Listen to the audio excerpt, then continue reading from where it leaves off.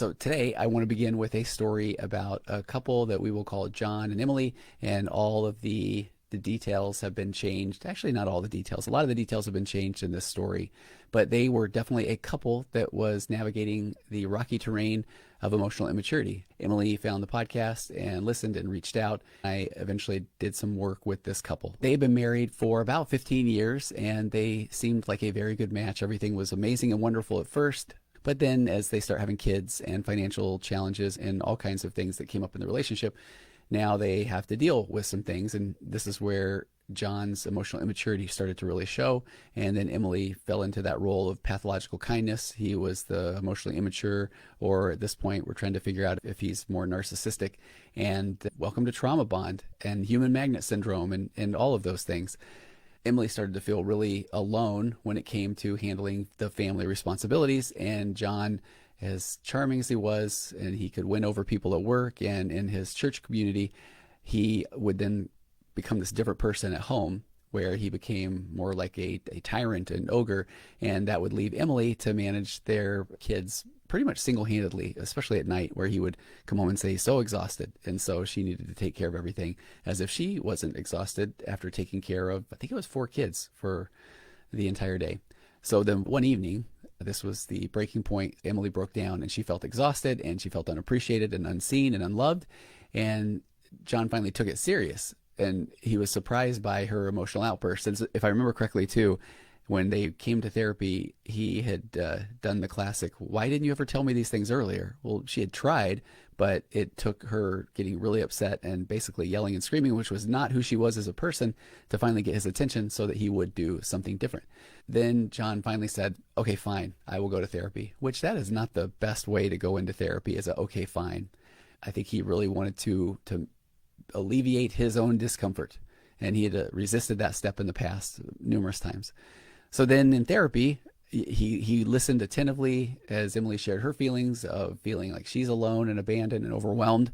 And I really feel like this is one of those concepts where he's making eye contact with me far more than I think a lot of people do. Not that I'm saying that there's anything wrong with that, but he wasn't really paying as much attention to her. But I felt like he was trying to read me and then also read her and read the room. Not in that good, highly sensitive person way, but in a, okay, what's my move here? What mask am I going to need to put on? So I really felt like he wanted to make a really good impression, especially with me in front of her, and alleviate the tension. There was definitely tension in the room. So he then, I guess, grabbed the right mask at the time, and he promised that he will be more involved, particularly with the nightly routine with the kids. So she felt great. She said, okay, that all it took was going to therapy one time, and he finally understands. And they were great, and they thanked me, and they left, and I think they were holding hands, and it's one of those where I could look out my window and see that they were talking nicely to each other as they got into the car. And I just thought, yeah, it doesn't just take one session, and especially taking a blow up to get the husband into therapy. But for the first week, the change in him was noticeable. He started helping with baths and story time and tucking the kids into bed, and Emily felt this tremendous sense of relief. And they had scheduled, I think, about 2 weeks from when they first met, and she felt super supported. She said later that she felt hopeful for the first time in years. He finally got it, and he understood. But as the days passed, his enthusiasm waned, to say the least, and he started to get more and more irritable, and she could hear this, where he would get more frustrated with the kids, especially when they were uncooperative, and he acted as if he were surprised. Why were they so difficult? She said it later that she felt like he was always hanging on to this is because you don't parent them right while I'm at work all day. By the 10th day, when we hit double figures on days since our appointment, where he had his aha moment, hit that epiphany, then his patience snapped. And so then he confronted Emily, and he argued that, all right, haven't I demonstrated enough change? Because this is getting ridiculous. There are things that I need to do, and this is now messing up my whole routine. So why wasn't she just agreeing that they're good, they're okay? And why do they even have to go to the next appointment with me? That's a lot of money, all those common complaints. He felt that his efforts, he wasn't getting acknowledged or appreciated as well. And so Emily then felt absolutely disillusioned and confused. This is where I want to really lay out the groundwork of what I want to talk about today. I identified 3 questions that I think people in Emily's position find themselves asking. One is, how long can I expect these changes to last when she has already seen him try to make change in the past, and they do seem to revert back to old patterns? Because that strongest force in the human personality is to find themselves heading back to that home base. So if his home base was a place of emotional immaturity or narcissistic traits or tendencies, or somebody who doesn't help with the kids or doesn't go to counseling, that's his home base. Then he started to venture away from that home base into this land of uncertainty, and it was too uncomfortable for him. So how long can you expect those changes to last? And then is this temporary cooperation just a way for John to avoid deeper issues or genuine change? And then she then was asking herself, am I setting myself up for disappointment then by hoping for a lasting transformation in the relationship? And so these questions and this narrative, this leads to a concept that I like to call the shelf life. And this is the idea that the emotionally immature person may change their behavior temporarily when the relationship is threatened. So this becomes just another button to push, another form of manipulation or control. And that change, in my humble opinion, is more often than not, almost always, not superficial. And that's aimed more at regaining control or getting rid of their own discomfort or manipulation, rather than stemming from genuine personal growth. But when you are the pathologically kind person and all you've wanted is for them to get that aha moment or the epiphany, then you are desperate for that to happen. And so then it is easy to let your guard down and then say, okay, this is all that I've ever wanted, even though it does feel a little bit familiar.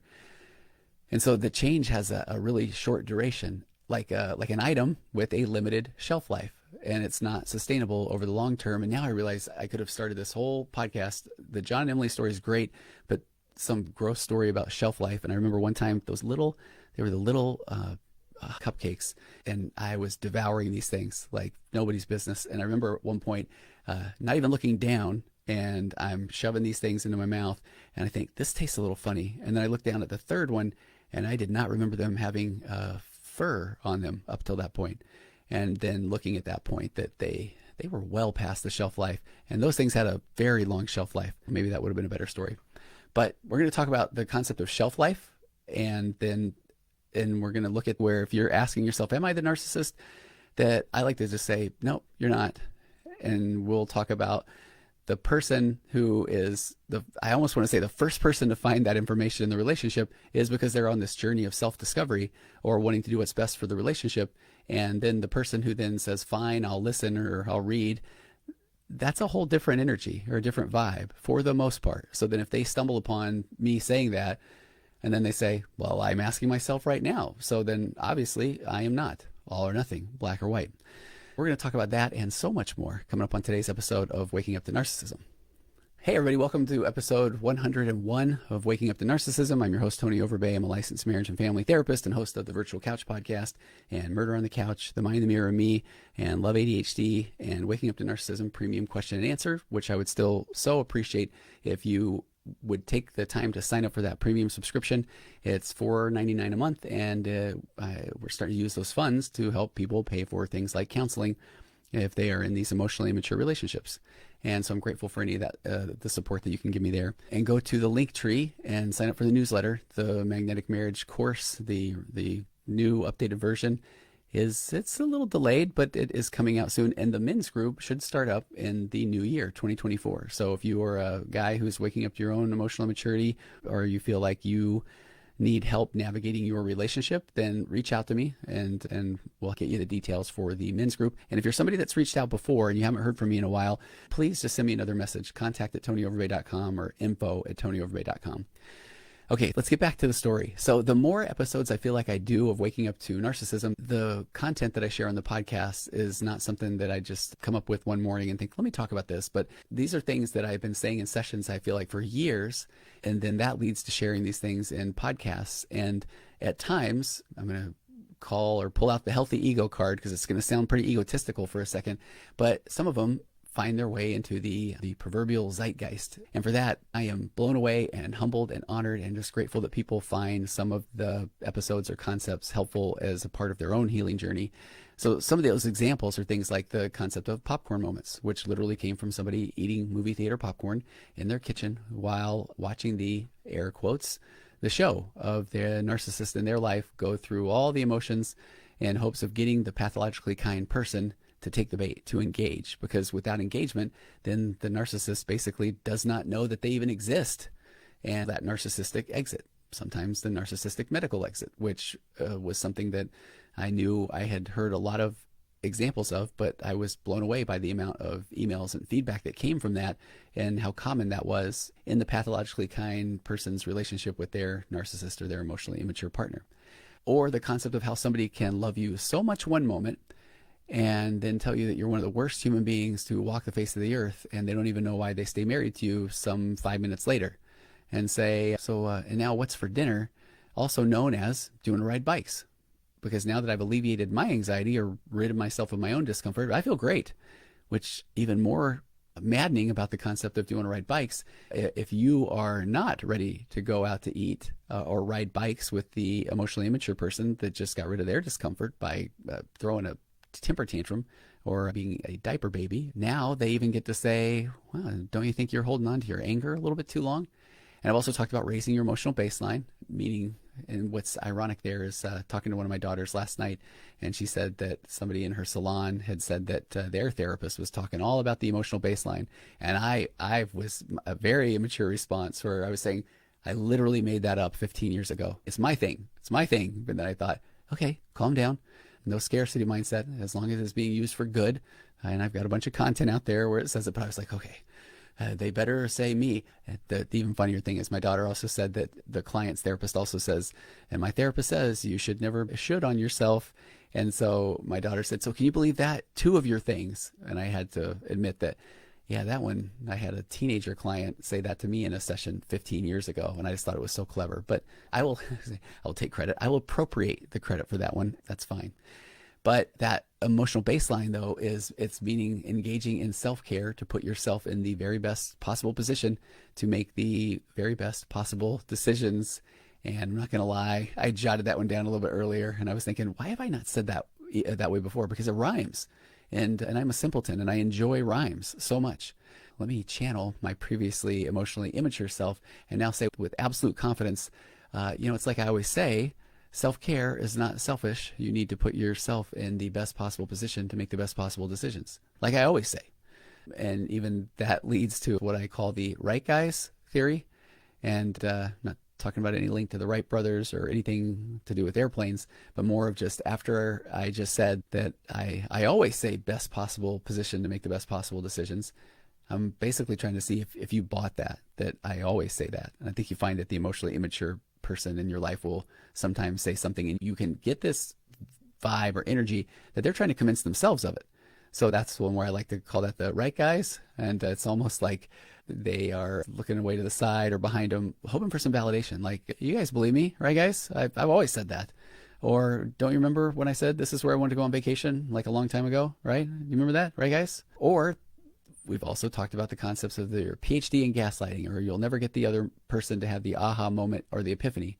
But where am I going with this ego boosting, look at me say things now that other people say vibe? Actually, it's because by far what I hear the most is, and then I heard you say that if you're asking yourself if you're the narcissist, then you're not. And that brought me so much comfort.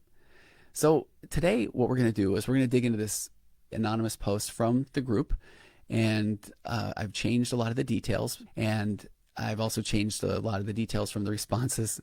Now it would be really funny if in the responses they all started out with, Tony, the things you say and do are just amazing. But I didn't think of it ahead of time. And most of them have actually just been run through ChatGPT just to maybe grammar them up a little bit. And then I have it change some of the details. And so I think that while there's going to be a lot of data or information in the very post itself and in the responses, there's one reply in particular where somebody who means a great deal to me in the group had the very nerve, the gall, the audacity to call me out as if I might have said something that was not 100% true. Can you even believe that? So this episode will now be devoted, the remainder of it, to proving that person wrong so that I can be right. Because remember, two opinions cannot exist in the universe. And if this person has an opinion, then of course they think that they are 100% right and I am 100% wrong. It's kind of hard for me to even stay in the character of the narcissist for that long, but truthfully, I love this person's comment that we'll get to, and it's about challenging my use of that phrase, that if you are asking yourself if you're the narcissist, then you're not. So when we get to that part of the podcast, I will envision myself being four-pillared by the collective group of people, assuming my good intentions, not telling me that I'm wrong, even if they think that I might be, and then asking me to tell them more. Pillar 3, questions before comments. And then why do I say that if you're asking yourself if you're the narcissist, how can I feel so confident that then you're not? And we'll hit on all the greatest hits of differentiation and what do we do with our discomfort and more. But so first, let's get to the post.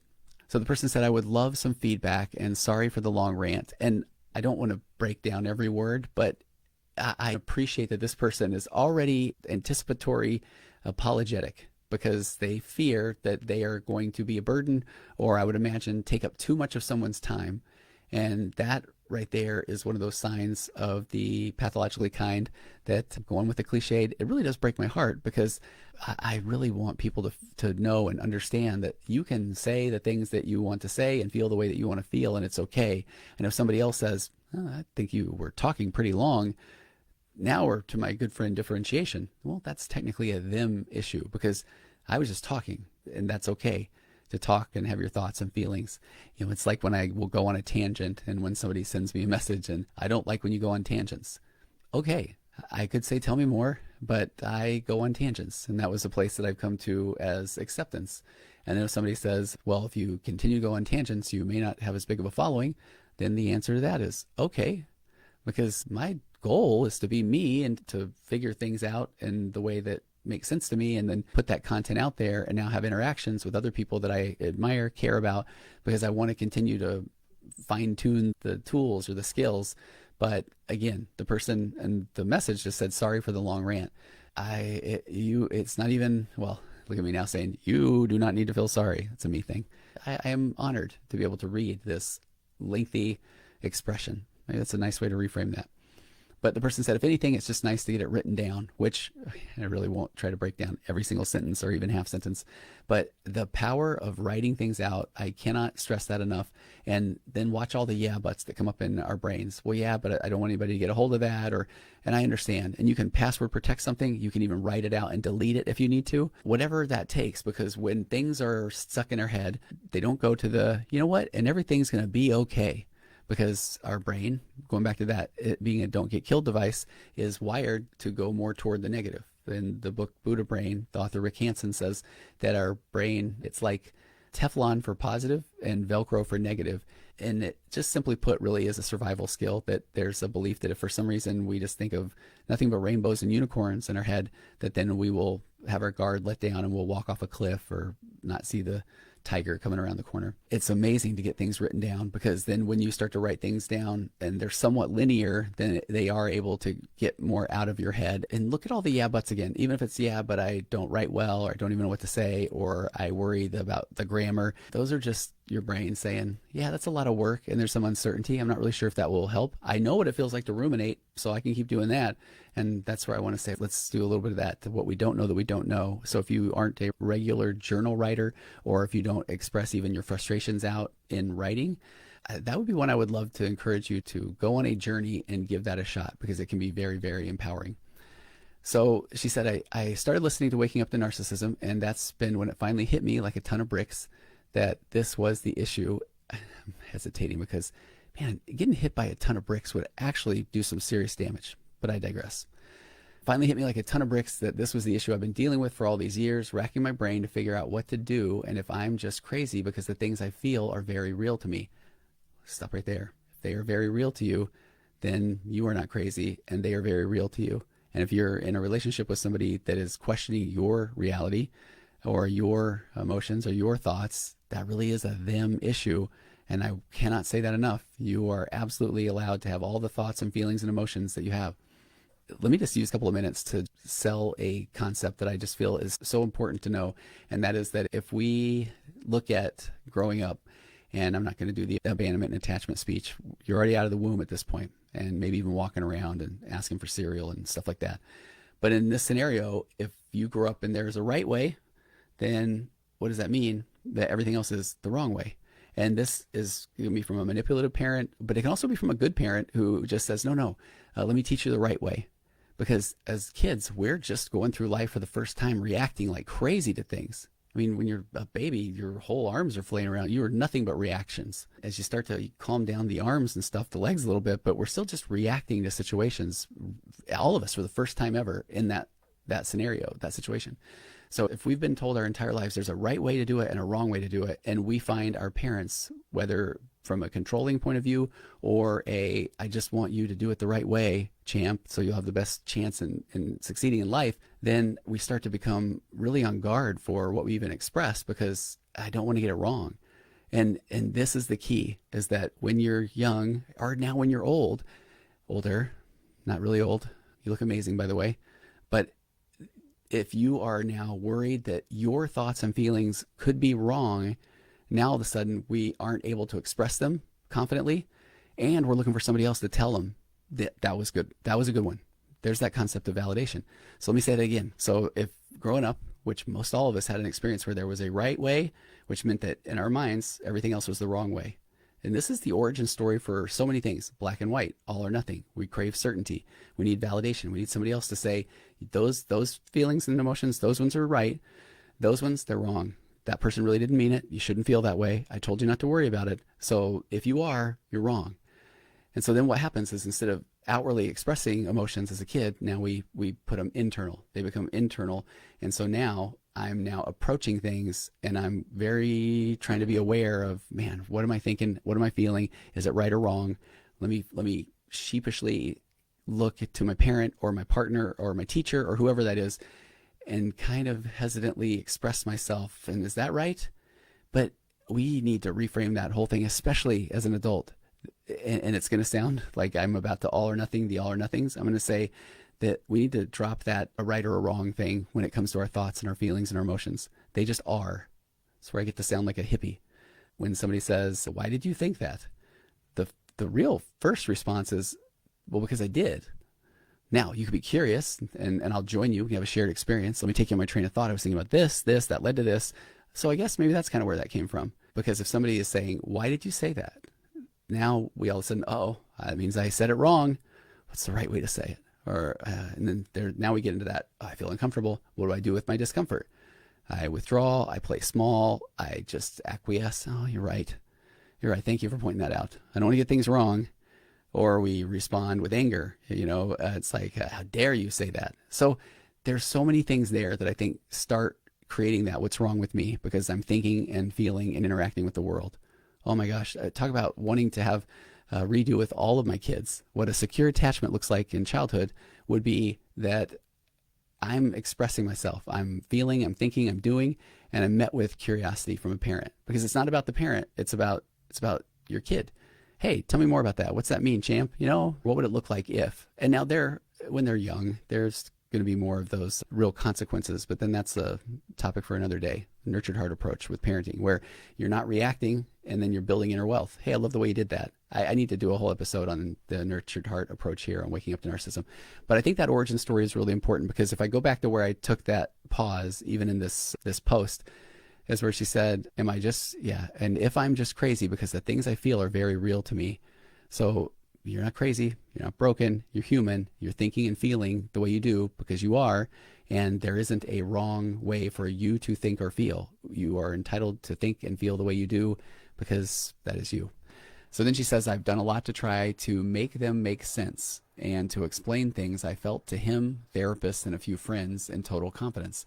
And there is no judgment coming from me, but I think one of the toughest things that I do see is when I lay out the rules of interacting with an emotionally immature or narcissistic person, to raise your emotional baseline. We actually covered that earlier a little bit today. And then get your PhD in gaslighting, get out of unproductive conversations, set healthy boundaries, and know that a boundary is going to be a challenge to the emotionally immature or narcissist. And I've been doing a lot more with talking about boundaries, trying to simplify that as well, that a boundary is a me issue. And we often get those confused with ultimatums. So an ultimatum is, you can't do that anymore. But in reality, I've just handed more buttons to push if I give an ultimatum. Boundary is, if you do that, then I will do this. I will leave. If you say these things, I will walk away. And just knowing that will get tested. And that's almost part of the recognizing that this isn't the best relationship, or I don't feel so safe there. But that fifth one is the key. And I think that's where now, that knowing that there's nothing you will ever do to cause that person to have the aha moment or the epiphany, And I think that is the biggest challenge, because if you're already trying to determine if you are the more emotionally immature narcissistic person, and again, I will maintain that if you are the one that is really wondering that and you're still listening to additional podcasts and reading books, you're not. We'll make more sense of this. And we'll talk about the shelf life of change. And I know that you will hear me say this, or you'll read other books, or you'll see other people that are other therapists, other psychologists talking about this, but it's natural to still feel like, okay, but this new data, if I present this, then the person will change. I want to acknowledge that I think that's the most difficult thing and almost the last thing to fall or to go. So I go back to her comment. I've done a lot to try to make them make sense and to explain things I felt to him, therapists, and a few friends, in total confidence. And that this is a tough one, because the more you try to explain something that makes sense to you, and you are doing it in the name of, I want to save the relationship, which sounds amazing, but you're handing more buttons to push. And most likely, if you're in the spot where you're even listening to this podcast, then you know that you've had that experience where I can't believe that he or she used this thing that means so much against me, because I do see that. Not trying to use my own narcissistic math, but on a daily basis, already had a session where that was a big part of the theme today. And I didn't even address I've done a lot to try to make them make sense. And this is a whole other concept, where trying to make sense of someone else's experience, especially when it's somebody who is more emotionally immature, because I look at that concept of where you got a couple of airplanes taking off from the same airport, but then they're just going slightly different directions. And then year 15 or 20 of the marriage, you're in completely different countries at that point. But I'm trying to make sense of that person's experience when I can barely figure my own self out, but now I'm trying to put myself in the position of this other person. So often you see the pathologically kind person saying, why did they say that? Because obviously they must be hurting like I am, because we're not in a good place, or I saw them get angry, and when I get angry, then I really want to apologize, or I feel bad, so they must want to as well. So maybe I'll make it easy on them, and I'll go over and I will extend the olive branch. And in reality, the person then says, oh, thank you for that olive branch, and they start smacking you with it. There's so much here where it does become an opportunity for you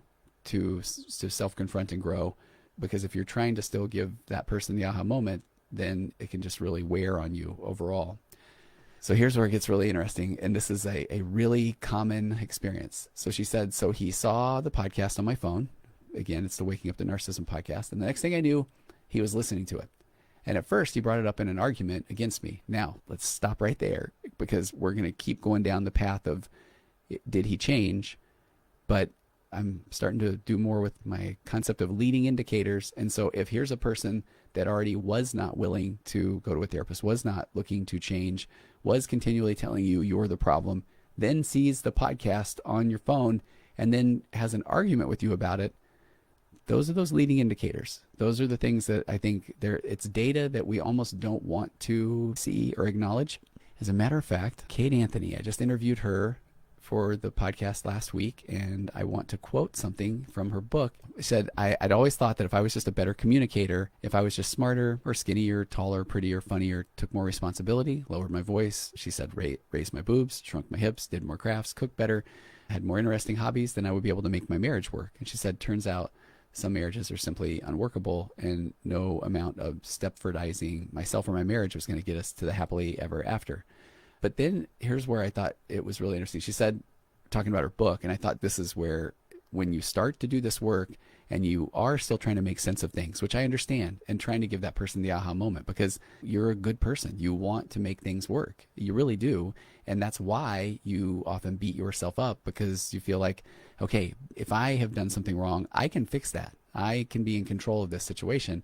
And it's really difficult to sometimes accept that you could be showing up as your best self and there's still another person involved. So back to Kate's book, she said, talking about her book, but I think even starting down the path of listening to podcasts or just really going on this journey will lead you to a place of clarity from which you can make a truly informed and empowered decision.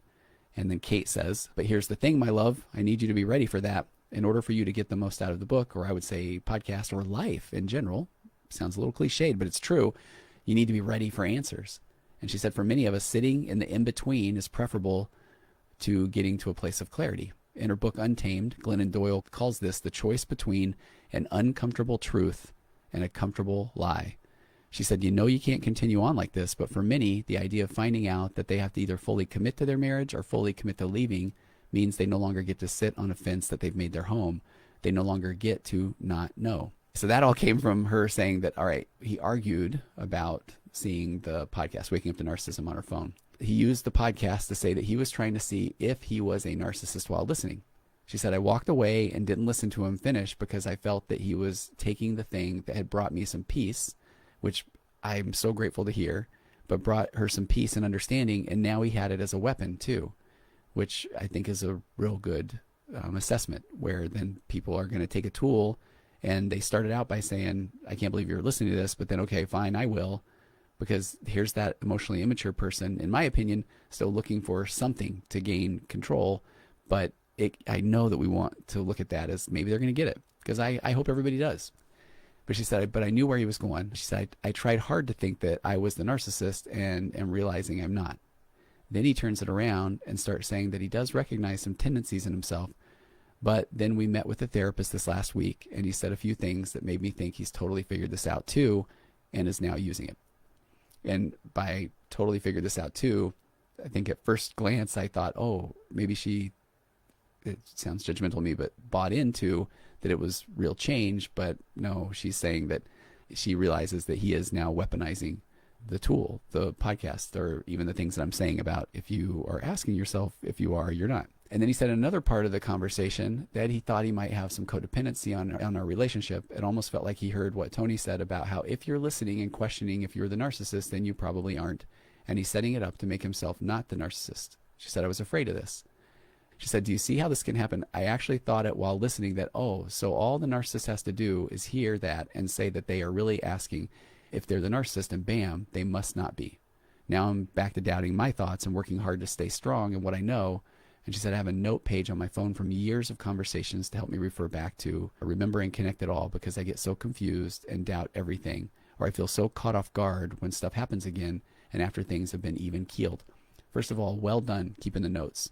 And that's one of those things I think where we think I shouldn't have to, or I'm doing something wrong, but that's one to listen to your gut. And I think it's a good idea to take notes down too, because when you're in that trauma bond, when you're back into that, okay, but they do good things too, then, and it sounds counterintuitive, but that's where I'll have people in sessions where I'll go back through the notes of sessions we've talked about and said, okay, how about when he cut up all your clothes and threw them out on the lawn? Or how about when he walked in and tried to get you fired from your job? That is not something that happens in a healthy relationship, even if there's times where you also had a fun vacation.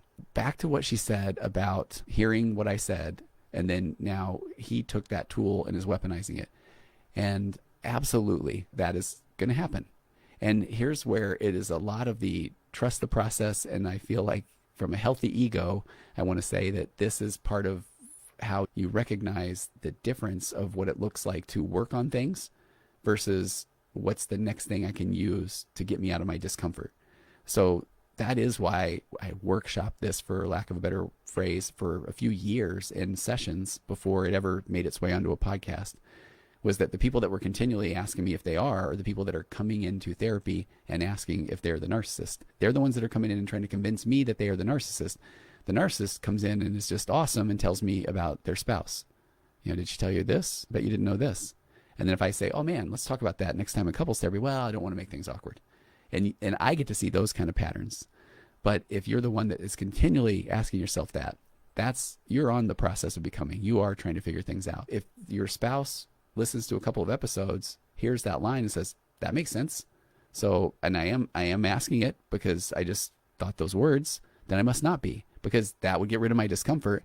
And now I also can go wave it around in therapy or to my wife. And now I even get to say, Tony said, so, and the podcast says, so I'm not now. And now you're not even excited about that. And this is where we start talking about the concepts of shelf life and a little bit of intentional tension or positive tension. Where even just saying, okay, well, tell me more about that. What did you appreciate about the rest of the episode? Or what else have you learned? Or what are the things that you've really identified with? And that's where if a person really isn't doing the work, it's just a surface level amount of understanding. Well, he said this, I just asked it. I don't think there's anything more. I'll tell you an example. This is a person I really enjoy working with. It was earlier this week, and we've been talking a little bit about parenting. And so I've talked about the nurtured heart approach. It's a phenomenal parenting model, and it's a framework. And the reason I like frameworks, in the ADHD brain in me, not a lot of frameworks stick, but then a good old evidence-based framework like this nurtured heart parenting approach is really solid. But the reason I mentioned that is that I was talking with a guy earlier this week, and he was then saying, man, another bad week with the kids. They have some challenges with their teenagers. And he said, I'm not sure what to do. And I've known him for a while. So I just said, how about that nurtured heart approach? I sent you a workshop that I did on it, podcast on it, worksheet on it. How about that? Yeah, no, I know my wife's not really on board, but I said some nice things to the kid. And then I was able to say, you really don't know what it is, do you? And he said, I don't. Because that's where if somebody says, oh yeah, nurtured heart approach, right? You positive stuff, you don't react. Yeah, no, we did that. That isn't something you do. It's not a checkbox. It's something that you learn and you become and you practice and you fail and you get better at. So when somebody listens to a podcast and says, I like this idea of saying, I'm wondering if I'm a narcissist, so I guess I'm not. Okay, I'm done. But the person that is in their 30, 40 episodes later and they're still like thinking, I think I am still. You are not. You aren't.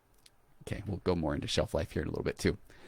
But this person said they have that note page on their phone from years of conversations to help me refer back to and remember and connect it all because it gets so confusing. She said, what do you do when he does something like this? Am I being a little overly suspicious or crazy to key into those things in therapy? No, you're starting to trust your gut and bless your heart and keep doing that. But you are noticing. That is that waking up process. You've done the work and you're trying to convince yourself that you still are. Here's this person that listened to an episode or two. Now they're telling the therapist, I got to figure it out. You can look at that with curiosity. Now I go back to those 5 rules of interacting. And the thing that can be difficult is then if you are still trying to get him to have the aha moment or the epiphany. So right now, yeah, maybe for a moment we have to accept that, okay, he is claiming aha moment or epiphany. So I can do a couple of things. One is I can introduce some of this positive tension. Tell me more. What's that like? Then what did you do? What do you think it'll look like differently? Because you'll know very quickly if it's legitimate work, there's some introspection going on. Because I guarantee that if you and I were talking, whoever's listening to this podcast, you would have questions, there would be depth, we would be talking about just how long you felt certain ways, you'd have experiences that have come up. But the person that's just saying, I've just been doing my thing, and then I see you listen to a podcast, you've kind of shut down on me. So I tried yelling at you about it first, didn't work. So, all right, fine, I'll listen to it. Okay, now I know what to say. So she said I had given him an ultimatum before I understood this stuff and told him I was willing to do one of 2 options. And I appreciate her saying that. So this ultimatum was before she was starting to really wake up. And that's fine. It's the way it works. But she said the ultimatum was get divorced or he would realize he had a problem and be willing to seek help for as long as I needed him to. So she said at the end of the appointment, he said, I am willing to see a therapist because I want her to know that she should be married to someone willing to work on himself. And I love that she said, that sounds nice on paper. But we've been down this road so many times for over 20, 30 years.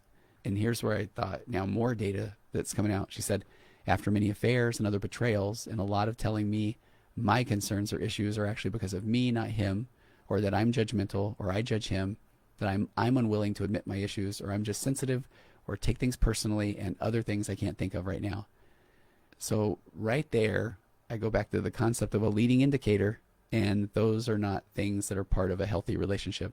That it's not me, it's you. Even though I'm the one doing the things, but I'm doing them because of you. You're the one that makes me do these things. Like, he needs to take ownership and accountability of his own actions. Because that's the one where that's somebody that has not had to take ownership or accountability, I would imagine, of a lot of things throughout life. And I can throw a bless their heart on that one because this is one where most likely that wasn't modeled. And then if he got things wrong, and now we go back to that origin story of because if his parents in particular were pretty strong on this is the right way, everything else is the wrong way. If you do it wrong, then you're going to get in trouble. Well, then I want to do everything right. So then if I get caught doing something that is wrong, well, I'm going to get in trouble. So I didn't do it, or you made me do it, or I can't believe you even think I did that. We start to learn all these techniques or tools to get out of the discomfort by throwing that right back at the person that is really trying to be more vulnerable or open or looking for that connection. So she said, whenever push comes to shove, he says and does the right things that get me hoping things will change and back working with him. But before I know it, he's doing these things that are so difficult for me and treating me subpar and like I don't matter, So here we are, and he's saying the right things to the therapist and me. And that acknowledgement alone is gold star material. That really is, because now, again, I didn't know what I didn't know. Now I know.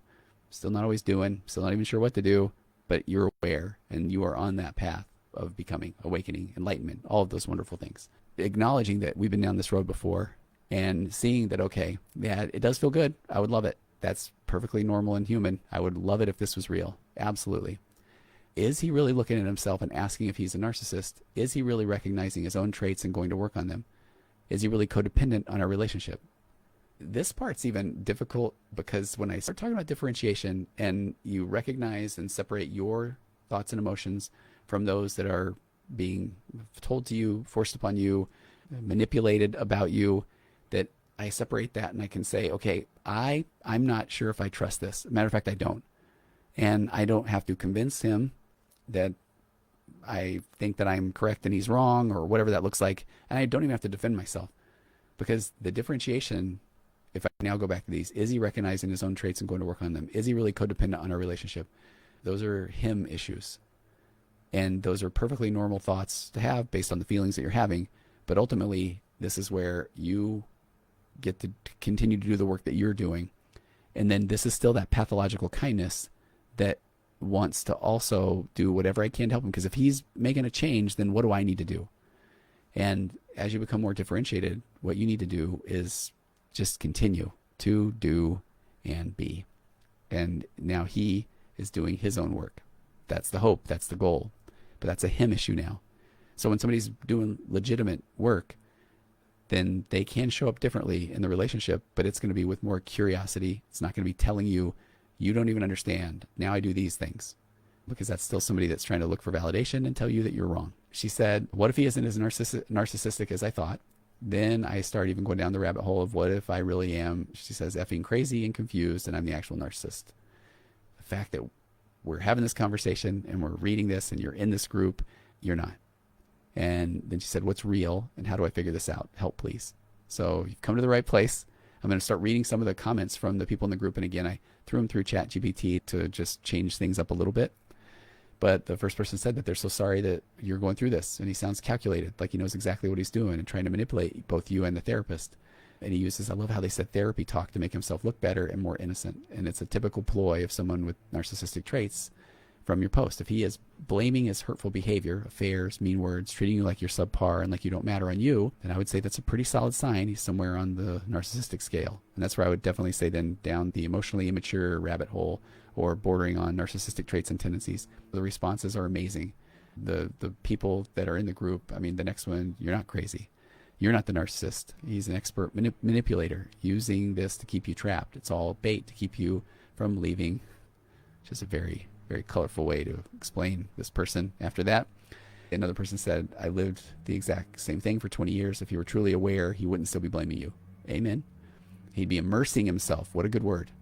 Immersing himself in the work and struggling with cognitive dissonance. That's not what's happening, is it? Trust your gut. And this person said, I'm a couple of years out now and living in peace. Another one, trust yourself, stay grounded in reality. And you're on this path. Somebody also said, I would also add, if what they say doesn't align with what they do, that's called manipulation. It's been important for me to focus on my husband's patterns of action and less on his words, because my husband sounds so good, yet he isn't changing. He can only hold change for hours to days before cycling back through the icky stuff again. When he's being nice and good, it can be so easy for me to fall for it because I've been so trauma bonded. It is all about emotional consistency in the grand scheme of things. You cannot tell somebody that they are a horrible piece of garbage and then also they are the love of your life. That doesn't signify emotional safety or consistency in the relationship. Okay, so let me get the comment. That's why I'm so grateful for this. She said, I'm so sorry you're in this place right now. It's so confusing. If you listen to a particular episode, she said, that's my story and I was in the place where you are. I was extremely confused, doubting whether it was me. Going back and forth just like you. Keep learning. That will bring you out of the state in time. Absolutely. Keep learning. It's very clear to me now that I rarely get feelings of doubt. And I love that that's said, because that we are on that path of becoming and being enlightened right there. All that said about him sounds like textbook narcissistic behaviors. She said it's him for sure, blaming your bad behaviors, affairs, etc. that are obvious on others, taking no accountability. Don't ever doubt those clear signs. And she said, and yes, I can see how that happens. I've been wanting to bring this up with that low down, rotten Tony. She really didn't say that. She said, I want to bring this up with Tony. She said, in a loving, kind way, of course, because she said, I love everything he does so much. She's very kind. But I've thought so many times that this is a bit of a trap, saying if you question if you're a narcissist, then that means you're not. She said, I'm afraid I think that we need to look for other ways of explaining to people how they can know that they're not a narcissist. I've heard other experts say that it's not waterproof at all because lots of narcissists do question if they are, or maybe then look for any proof that they're not. Absolutely true. Or sometimes they realize that they probably are, but won't admit that to others. She said, my ex certainly questions himself, and he's told me several times he wonders if he is. So that's the thing where healthy ego alert, because I want to say what all the other experts don't get, and that I'm very special about getting and understanding, but I'm healthy egoing this of saying, I so hear where somebody's saying this. And I feel like at some point, after a few years of road testing this, workshopping this in sessions, and experiencing this in situations in my own life, I feel so confident, and now have however many years of putting the content out, that it's a place, it's like we have to put content out, and you're going to find things in the content and then go with those things. And when you find the right tools or the right content, the right words, then it starts to awaken something in you, part of that waking up process. To the other person, let's say the narcissist, then it just becomes another exercise in what do I need to do to get out of this uncomfortable feeling that this person is going to take this one-up position on me and maybe leave. So now I will take the very thing that they are looking at, and I will then take it over, which happens so often. It's called appropriation. I'm going to appropriate the words they use. I'm going to appropriate the podcast they listen to. I'm going to appropriate the therapy talk. And because I'm so special, says the narcissist, I will be even better at it than them. And then that will make them understand that I just, again, took the one-up position. They're one down. Can we please go back to the way that things have been, because I need to be able to control you still. And this is why I think the concept of something like a parable, if you're a Jesus fan, he taught in parables, and parables are fascinating. And this is now Tony referred to himself in the third person. This is getting bad. Expert of all experts and best friends with Jesus. So hope you see the humor there. But even podcasts themselves almost become like parables, because you can listen to them and they are different each and every time. Because if you're really doing the work, you're going to be in a different place the more that you learn, the more experiences that you have. So this is the point where this is my parable. This is my siren song, my clarion call to then say, the person that says, am I the narcissist? And they continue to try to convince themselves that they are. There's the message that comes through in the parable. The person that says, here's some words, I will use them. I will weaponize them just like I do everything else. And then it will not last. And then I will move on to the next thing. But that's why I'm saying, meanwhile, the kind person now all of a sudden says, holy cow, with the right tools and maybe the right framework, I am not crazy. It just gave me a handrail to hold on to. But it's something that is so empowering. But then you still have that residue of your own lived experience, or what it feels like to be you, that I still need to convince this other person. And I still need to kind of maybe beat myself up, because that's what I'm used to doing. So it is a parable. He's told me several times he wonders if he is. And that's almost like where he's doing I'm calling it right, guys. And he's like, I'm saying this. Maybe I am. Is that one working? Maybe we all are. Maybe it's still just trying to see which mask will work. What will get you to react? And his therapist just tells him, we just have to look at what it does to you to think that about yourself. Not very helpful. It isn't. And this is like a therapist, bless their heart, who isn't familiar with this population. Because at that point, that's the thing where it's almost like anything other than just, man, sounds like you're figuring it out. Because if I say, well, let me give you some other information now they know what to do with that. That's the breath of life. Wait, you have another opinion? That means you think mine's wrong. Therefore, I can tell you I've already done that.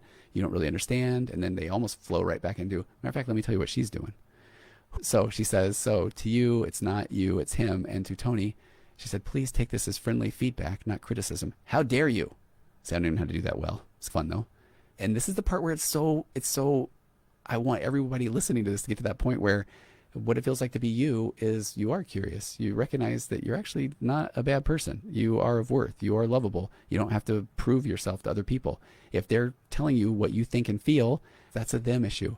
And then when you actually have a relationship of trust with real people that care and are curious, then it isn't criticism. It's information, and I want all the information because I want to be the very best me that I can be.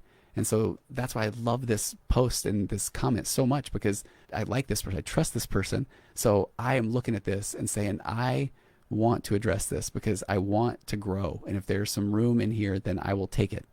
So then she says, I think I trust you know me well enough by now to know I only mean, and I think the world of you and your work. And I know that this person means well.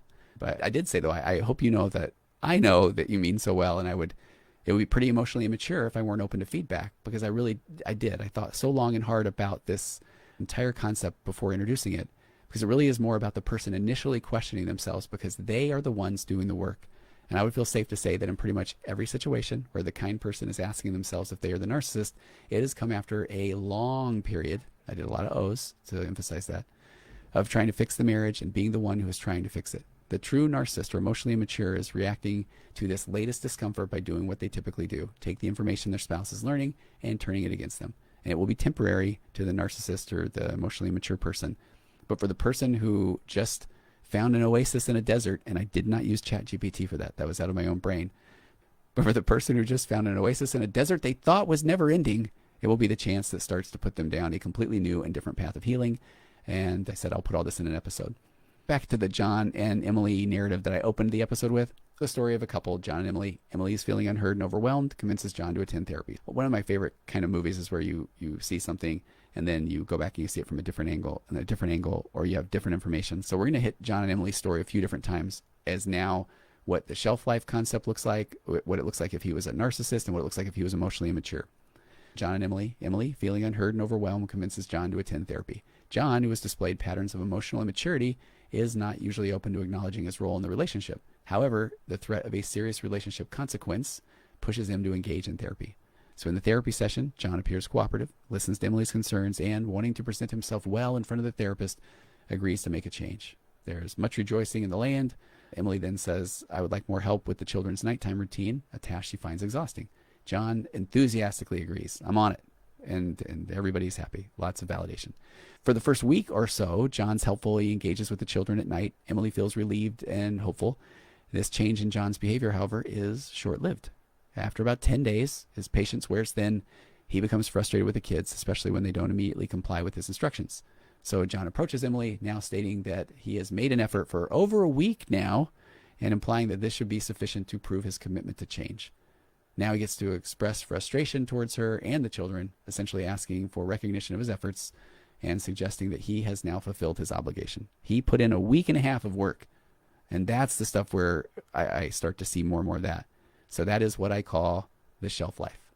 It is a temporary behavioral change, because in emotionally immature people like John, changes in behavior are often temporary, and they're primarily driven by a desire to alleviate immediate discomfort, to try to regain control back in the relationship, but it is not rooted in a deep understanding or a commitment to personal growth. And one of the biggest challenges is, again, it has to be something that really it speaks to the person. It matters to them. Just like the people that are finding podcasts and doing the work of self-discovery, they're willing to sit with they've been with some discomfort, and now they're they're consuming all kinds of content, taking it in, self-reflecting, and that's that deep understanding or commitment to personal growth. So these adjustments by an emotionally immature partner are typically surface level. They lack a deep emotional or cognitive engagement with the underlying issues.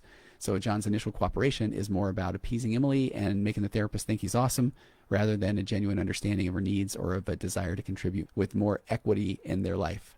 And then limited duration, the shelf life of these changes, and it's typically pretty short. I often start with about a 2-week shelf life, but then it starts to, I feel like there's some inverse pyramid graph, something, I was never good with math, that the older one gets, or the longer they've been in a relationship, almost the shorter the shelf life.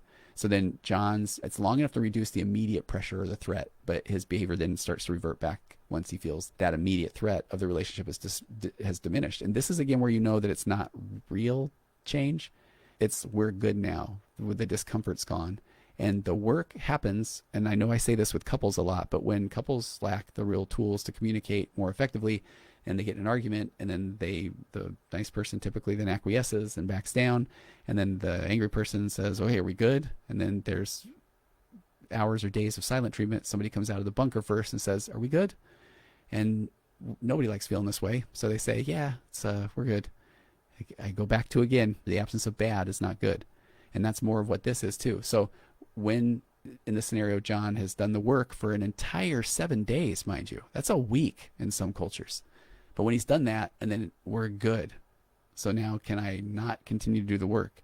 If he's really doing the work, it is a process. He's learning more. I never realized that the kids get so dirty. I don't know. Wow, the bubble bath, that's become less of a thing since I was a kid. And I mean, you're into it. It's not just check, I did it. Can we get back to the way things were? And then another component of the shelf life, frustration and blame. So when the emotionally immature individual like John is facing difficulties in maintaining the changes, they get frustrated. And what do when they get frustrated? They blame everybody else. These rotten kids.